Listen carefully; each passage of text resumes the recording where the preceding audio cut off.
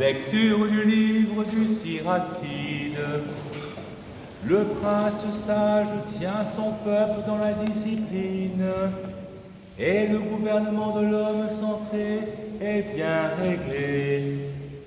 Tel le chef du peuple, tel ses ministres, et tel le gouvernement de la ville, tel tous ses habitants.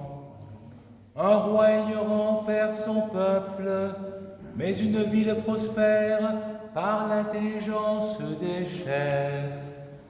La souveraineté du pays est entre les mains du Seigneur, et lui suscite en son temps le prince habile.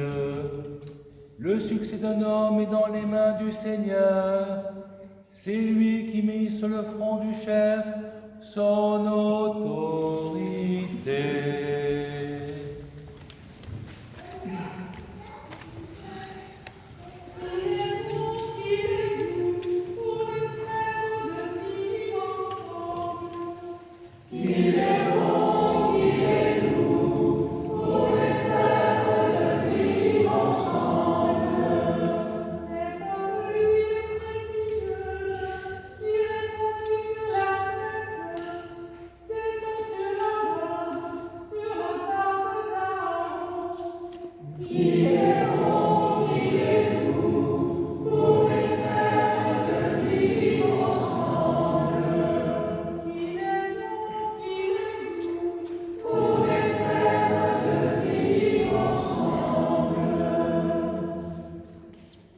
Lecture de l'épître du bienheureux apôtre Paul aux Philippiens.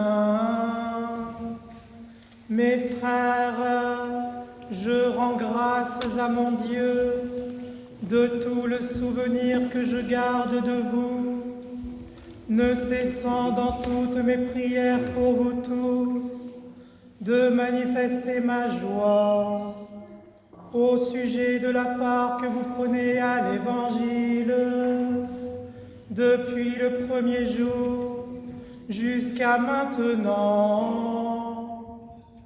Je suis persuadé que celui qui a commencé en vous cette bonne œuvre la rendra parfaite pour le jour de Jésus-Christ. Il est juste que je pense ainsi de vous tous, parce que je vous porte dans mon cœur, soit dans mes liens, soit dans la défense et la confirmation de l'Évangile, vous qui tous participez à la même grâce que moi. Car Dieu m'est témoin que je vous chéris tous avec la tendresse de Jésus-Christ. Et ce que je demande dans mes prières, c'est que votre amour augmente de plus en plus, en connaissance et en pleine intelligence, pour le discernement des choses les meilleures, afin que vous soyez purs et irréprochables pour le jour du Christ, remplis du fruit de justice qui est par Jésus-Christ, à la gloire et à la louange de Dieu. Tu es béni, Seigneur, Dieu de nos pères, digne d'être loué, glorifié et exalté à jamais. Saint et glorieux, digne d'être loué et exalté à jamais. Tu es béni dans ton temple saint, digne de suprême louange et de gloire. Sur le trône de ton royaume.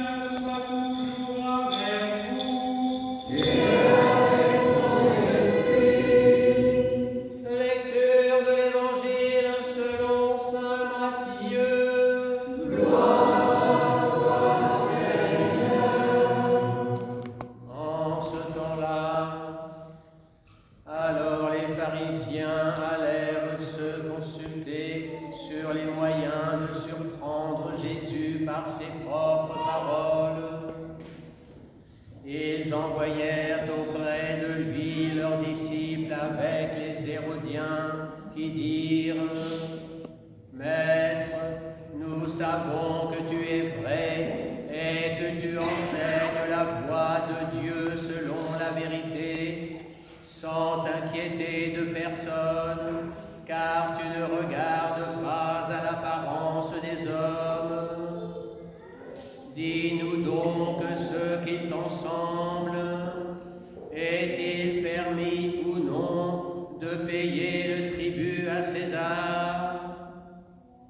Jésus, connaissant leur méchanceté, répondit: Pourquoi me tentez-vous, hypocrite?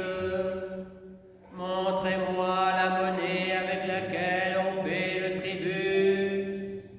Et ils lui présentèrent un denier. Il leur demanda: De qui porte-t-il l'effigie et l'inscription? De César, lui répondirent-ils. Alors il leur dit: Rendez donc à César ce qui est à César, et à Dieu ce qui est à Dieu.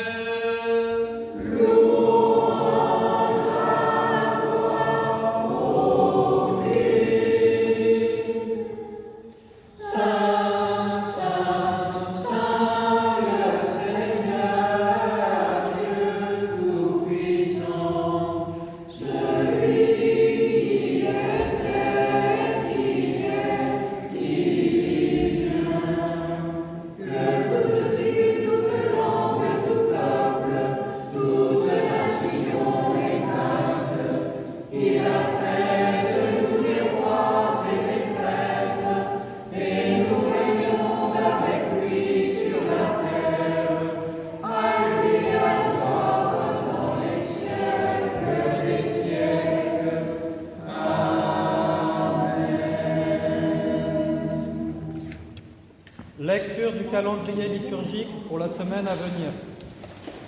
Lundi 21 octobre, Saint Hilarion, patriarche des Ermites de Palestine, mémoire également des saints Ursule et ses compagnes, vierges martyrs à Cologne, Viâtre de Lyon, ermite en Égypte, Valfroy, diacre et stylite en Ardennes, Condède, moine de Fontenelle, Céline, vierge, disciple de Sainte Geneviève, et Célinie, mère de Saint Rémy. Liturgie vespérale à 19h. Mardi 22 octobre, mémoire de Saint Eucaire, évêque de Toul, martyr. Mémoire également des saints Vallier, archidiacre à Langres, Abers, évêque d'Hiérapolis, Modérant, évêque de Rennes, Wendel, abbé de Tollet, Lupien, abbé de Saint-Privat, martyr. Liturgie vespérale à 19h. Mercredi 23 octobre, Saint Romain, évêque de Rouen. Mémoire également des saints Servant et Germain, martyrs à Cadix. Gratien, martyr près d'Amiens. Lugle et Luglien, apôtres des Flandres, martyrs. Séverin, évêque de Bordeaux. Et Léotade, évêque d'Auch. Vêpres à 19h. Jeudi 24 octobre, Saint Raphaël, archange protecteur des voyageurs. Mémoire également des saints Félix, martyr avec ses compagnons à Thibar, Magloire, évêque de Dole, Martin, abbé à Vertou, Nordburge, vierge à Cologne, Sénoc, abbé à Tifauge. Liturgie vespérale à 19h. Vendredi 25 octobre, mémoire de Saint Front, évêque de Périgueux. Mémoire également des saints Chrysanthe, Dari, son épouse, martyr à Rome. Guesnou, évêque du Léon. Théodose, évêque de Vaison. Douchard, ermite près de Bourges. Crépin et Crépinien, martyrs à Soissons. Mémoire du 4e concile œcuménique tenu à Calcédoine en 451. Et liturgie vespérale à 19h. Samedi 26 octobre, Saint Démétrius, martyr à Thessalonique. Mémoire également des saints Démètre, évêque de Gap, Quodvultus, évêque de Carthage, Rustique, évêque de Narbonne, et Aptone, évêque d'Angoulême. Vêpres à 19h. Enfin, dimanche 27 octobre, 23e dimanche après la Pentecôte, mémoire de Saint Vincent, Sabine et Christette, martyr à Avila, mémoire également des saints Épin et ses 8 frères martyrs en Touraine, alors évêque de Quimper, Didier, évêque d'Auxerre, Elesban, roi d'Éthiopie, et Parasève la jeune, moniale, liturgie précédée des laudes à 10h15. Merci Jacques.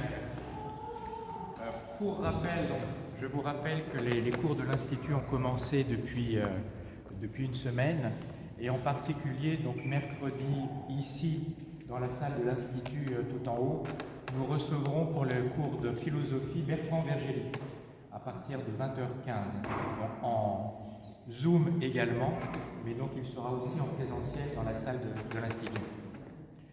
Autre chose, vous ai-je déjà parlé que le dernier numéro de Présence orthodoxe est sorti? Oui, je crois, mais pas plus d'une dizaine de fois, donc je préfère quand même vous le rappeler au cas où vous auriez oublié. Donc le dernier numéro de Présence orthodoxe est sorti. Il reprend l'ensemble des conférences de l'université d'été, de cet été donc, à Saint-Nectaire. Donc pour ceux qui étaient à Saint-Nectaire, vous retrouverez les conférences auxquelles vous avez participé, plus d'autres. Et pour ceux qui n'y étaient pas, vous retrouverez tout ce que vous avez raté dans ce fascicule-là. Vous le trouverez en vente à la librairie auprès de Corinne. Voilà. Au nom du Père, du Fils et du Saint-Esprit. Aujourd'hui, 22e dimanche après la Pentecôte. C'est le dimanche de la célèbre péricope dénommée Dieu et César. Vous l'avez entendu. Mais c'est aussi le baptême de Camélia, ici présent. Et c'est aussi le rappel à ses parents et à ses parrains et marraines de ce qu'est le baptême. Et je vois ici un parallèle entre la péricope de ce dimanche et le sacrement qui a été délivré il y a quelques minutes. C'est la relation qui existe entre le terrestre et le céleste. Le fait que nous vivons dans ce monde, mais que nous ne sommes pas de ce monde. Dans son épître aux Philippiens, l'apôtre Paul dira d'ailleurs, c'est dans Philippiens 1, 23, l'apôtre Paul dira « Je suis pressé des deux côtés ».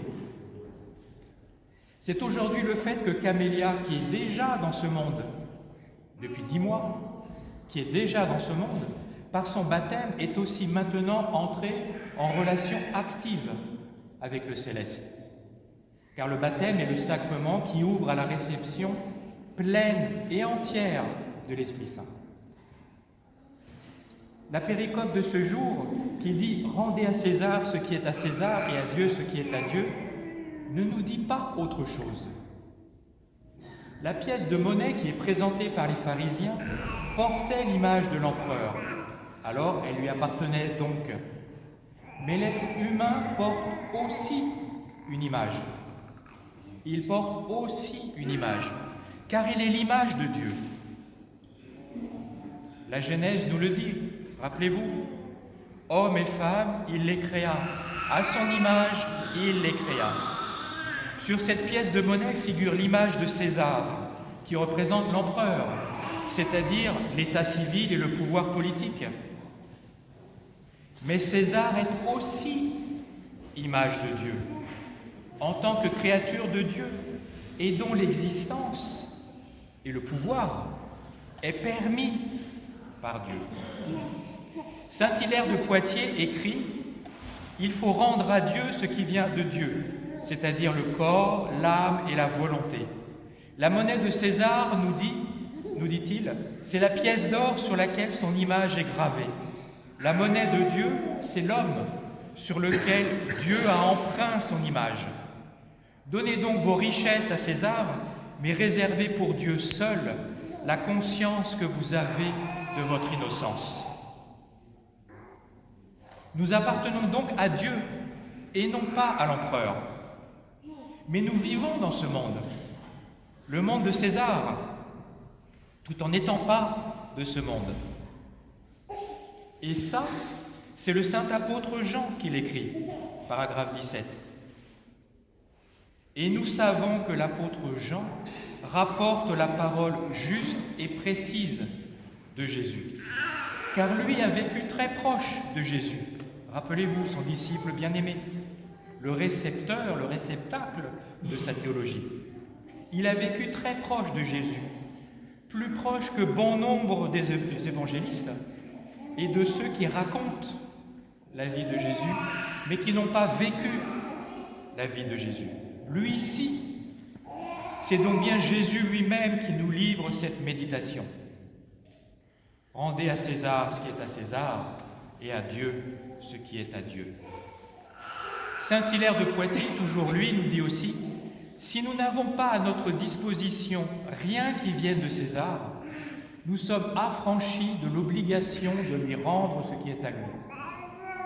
Mais si nous jouissons des choses placées sous son domaine, et si nous usons des droits que nous garantit son autorité, nous n'avons aucun sujet de nous plaindre de l'obligation de rendre à César ce qui est à César.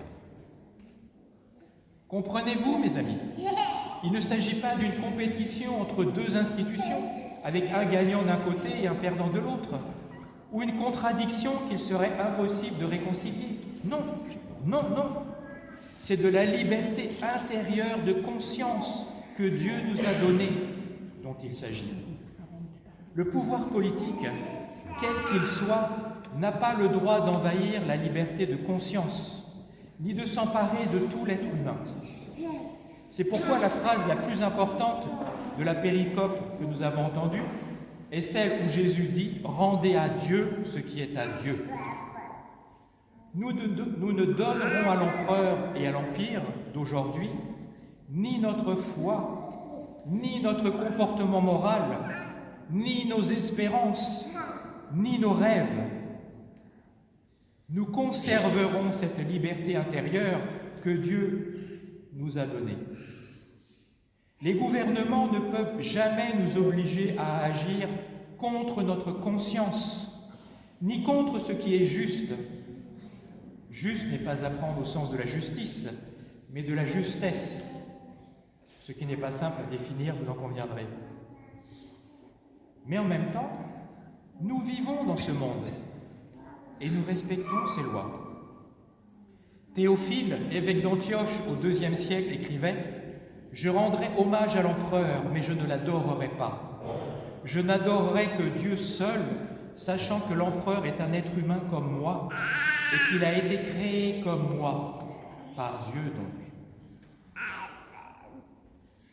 Dans un monde pluraliste comme le nôtre, les gouvernements sont amenés à l'occasion à passer des lois et des règlements qui vont parfois à l'encontre de nos propres valeurs chrétiennes. Mais cela ne doit pas nous empêcher d'exercer notre liberté chrétienne de conscience et de valeurs, sans pour autant désobéir à la loi.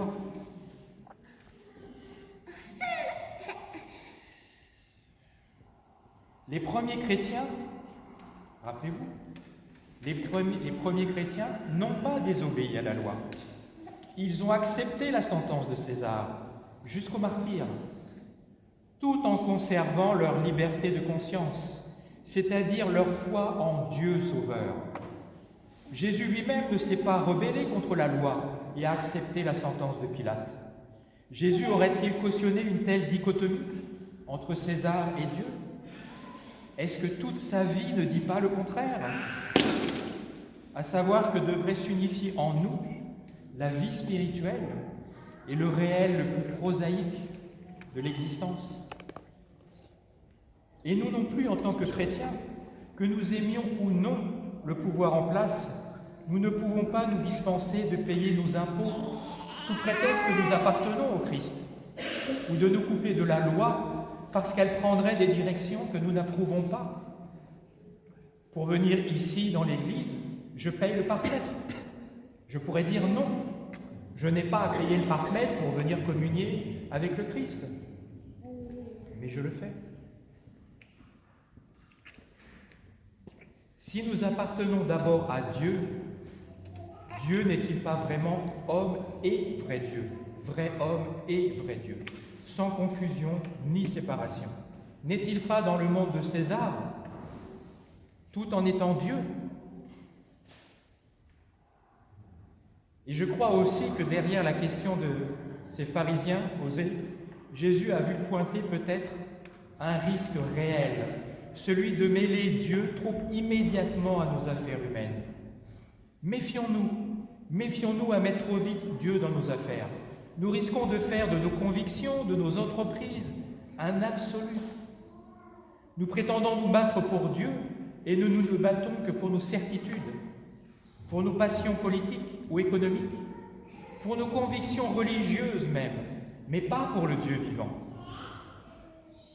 Ne vous appropriez pas la pensée de Dieu. Ne vous appropriez pas la pensée de Dieu. Vivez-la.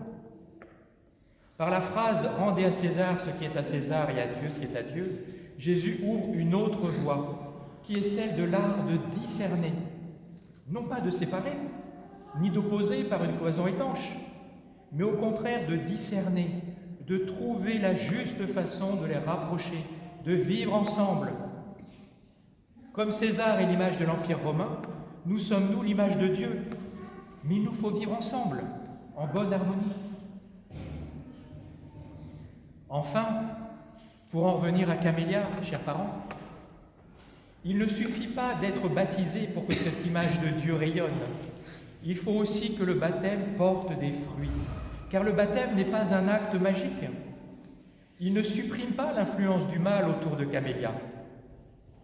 L'éducation chrétienne que vous allez lui donner, chers parents, soutenue par sa marraine et son parrain, sera le terreau indispensable dans lequel elle pourra étendre ses racines. Puiser les ressources nécessaires tout au long de sa vie et faire que l'Esprit Saint soit un véritable guide dans sa vie pour l'aider à choisir le bien qui amène la vie éternelle proposée par le Christ et renoncer au mal qui amène à la mort. Finalement, on en revient au début de cette homélie, c'est-à-dire au fait de constater que nous vivons dans ce monde, tout en n'étant pas de ce monde, mais avec la parole de Jésus-Christ, Dieu Sauveur, présente, qui nous amène à discerner l'un de l'autre, non pour les séparer, mais pour les faire vivre ensemble dans la paix du Christ. À lui soit honneur et gloire dans les siècles des siècles.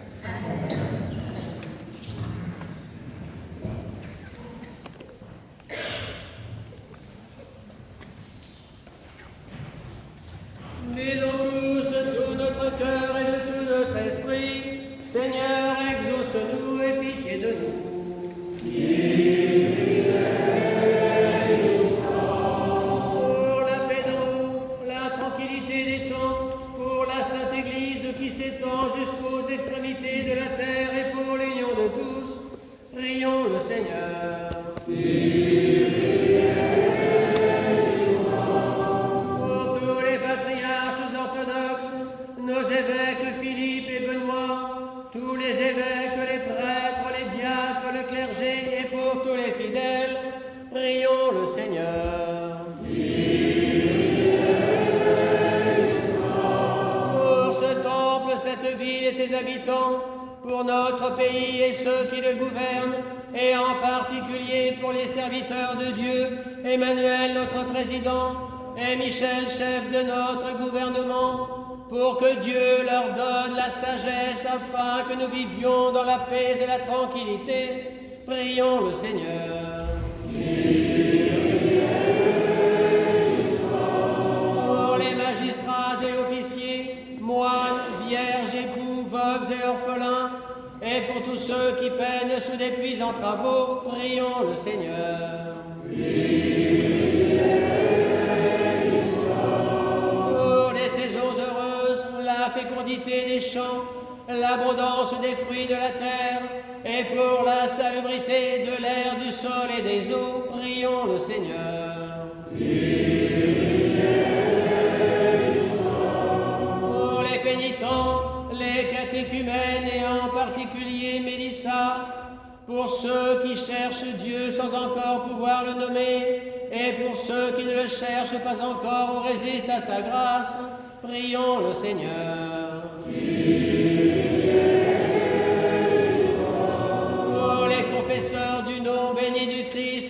les persécutés, pour les voyageurs en péril et leur sauf retour, pour les malades et en particulier Jean-Paul, Clara, Ariane, pour ceux que tourmentent la tristesse, l'angoisse et les esprits impurs, prions le Seigneur. Pour nos pères et frères défunts qui reposent près d'ici ou partout ailleurs, et en particulier Marie, Serge, Josiane, prions le Seigneur. Pour ceux qui dans la Sainte Église chantent, servent et dispensent leurs biens en œuvre de miséricorde, prions le Seigneur. Que le Seigneur nous remplisse de sa grâce par la prière de notre souveraine, la Mère de Dieu et toujours Vierge Marie, de Saint Michel Archange et des armées célestes, de Saint Jean-Baptiste le précurseur, des apôtres, martyrs, confesseurs, des saints Irénée le Nouveau, Jean de Saint-Denis, Saint Capré, Sainte Foi, dont nous faisons mémoire, et de tous les saints. Que le Seigneur nous procure le pardon de nos péchés et une fin chrétienne et paisible. Que le Seigneur nous garde dans la sainteté et la pureté de la foi catholique et orthodoxe. Disons tous de tout notre cœur et de tout notre esprit.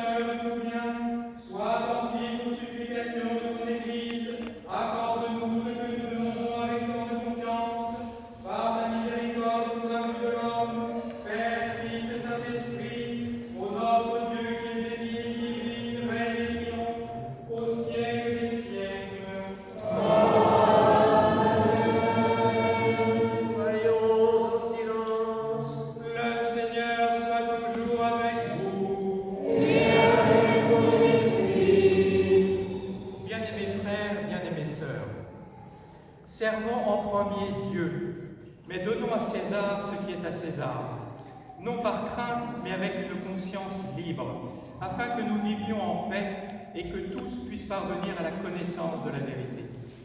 Ainsi, Pierre, en pêchant le poisson, trouve une monnaie, paie l'impôt pour le Christ, et le Christ, l'arrachant aux vagues de la mort, rachète Pierre et nous tous par son sang.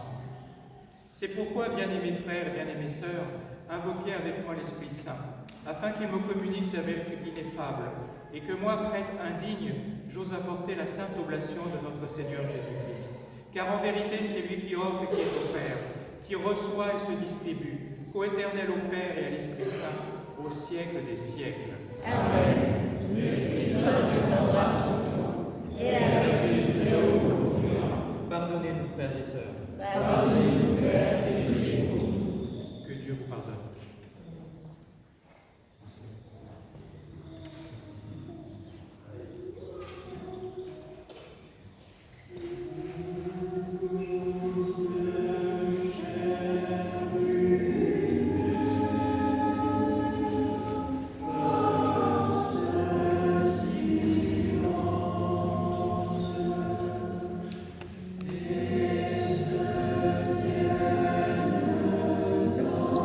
Dans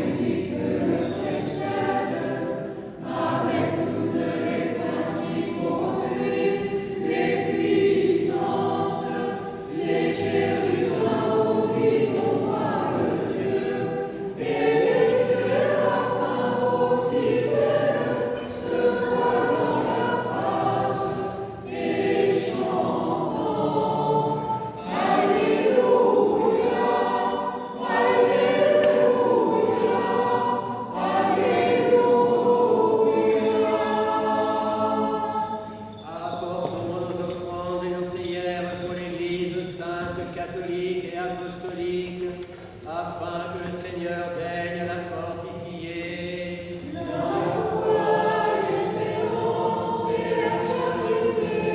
Tous les patriarches orthodoxes, nos évêques Philippe et Benoît, tous les évêques qui annoncent sans crainte la parole de vérité et offrent la sainte oblation pour eux-mêmes, le clergé et le peuple chrétien.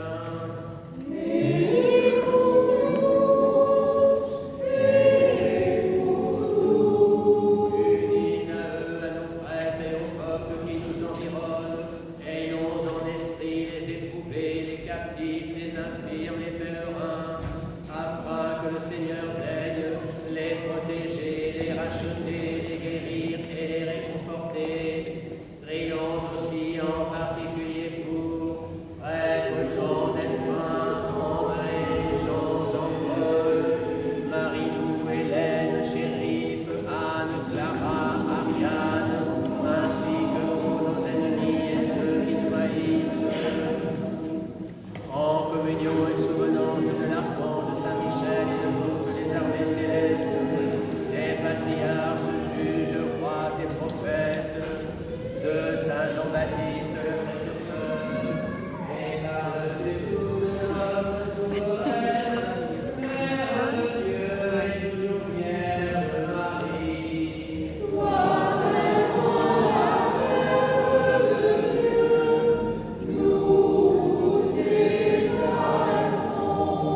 Des saints apôtres Pierre, Paul, Jean et Jacques et de tous les apôtres, disciples et évangélistes du Seigneur, d'Étienne, Georges, Catherine, Blandine, Rustique, Luther et de tous les martyrs, d'Irénée, de Lyon, Denis, Athanase, Hilaire de Poitiers, Basile, Grégoire, le théologien, Jean, Chrysostome, Ambroise, Augustin, Grégoire de Rome, Martin, Nicolas, Césaire, Germain de Paris, dont nous célébrons la liturgie, et de tous les docteurs et pontifes, d'Antoine, Paco, Honorat, Cassien, Benoît, Colomban, Geneviève, Radegonde, Clotilde, Séraphin de Sarov, Nectaire d'Égypte, Jean de Fronstade, Nicodème de la Sainte Montagne, Jean de San Francisco, les saints Irénée le Nouveau et Jean de Saint-Denis, Capré, Foy, Irène, Artème, Saint-Dulphe, dont nous faisons mémoire et de tous les saints. Avec eux, nous offrons nos prières pour tous ceux qui nous ont précédés dans la paix du Seigneur depuis Adam jusqu'à ce jour, et en particulier pour le diacre Maxime, Yvonne, le sous-diacre Pierre, évêque Cassien, Christiane, évêque Germain, Daisy, Olivier, Vincent, Annick, Marie, Serge, Josiane, Sylvain, prêtre Christian, Philippine. Que le Seigneur donne leur couple la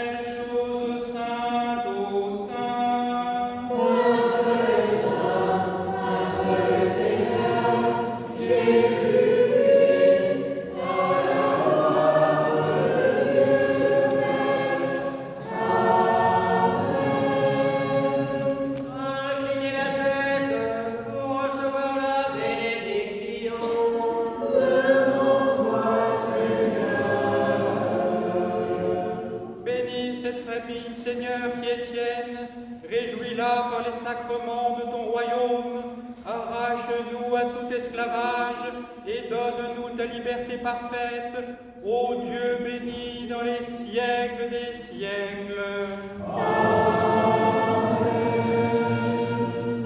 Vous qui êtes venus participer à ces saints mystères, si vous êtes baptisés au nom du Père, du Fils et du Saint-Esprit, si vous vous êtes préparés et si vous désirez communier, venez sans crainte recevoir le corps et le sang du Christ. Afin de communier pour la vie et non pour la condamnation, demandez à Dieu le pardon de vos péchés et recevez l'absolution. Seigneur notre Dieu, toi qui es bon et ami de l'homme, miséricordieux et compatissant, considère avec bienveillance tes serviteurs et servantes ici présents. Pardonne-leur tous leurs péchés, volontaires et involontaires, conscients et inconscients. Soyez en paix, au nom du Père, du Fils et du Saint-Esprit. Amen.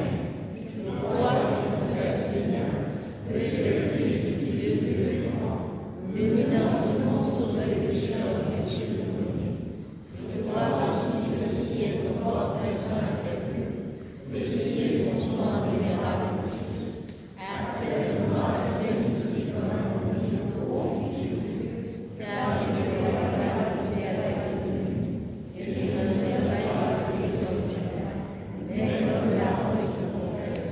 Souviens-toi de moi, Seigneur notre Dieu, que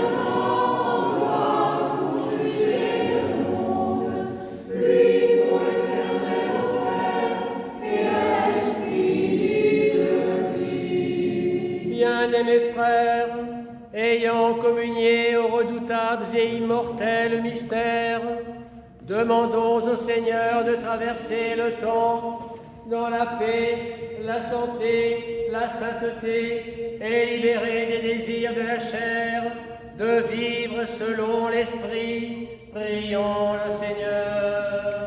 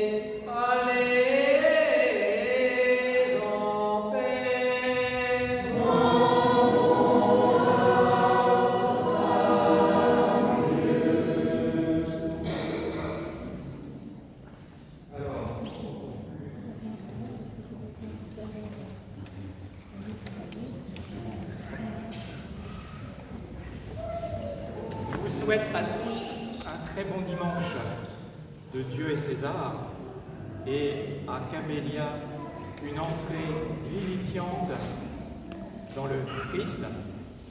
Et puis, je vous souhaite à tous une très bonne semaine de Dieu et César. Petit coup de fatigue. Et donc, oui, viens.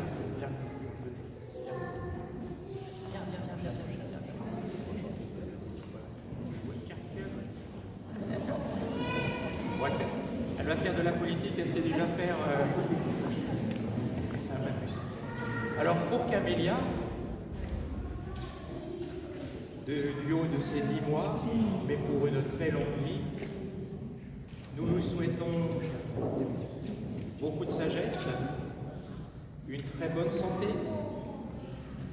beaucoup de joie dans la vie, de nombreuses bénédictions et beaucoup d'années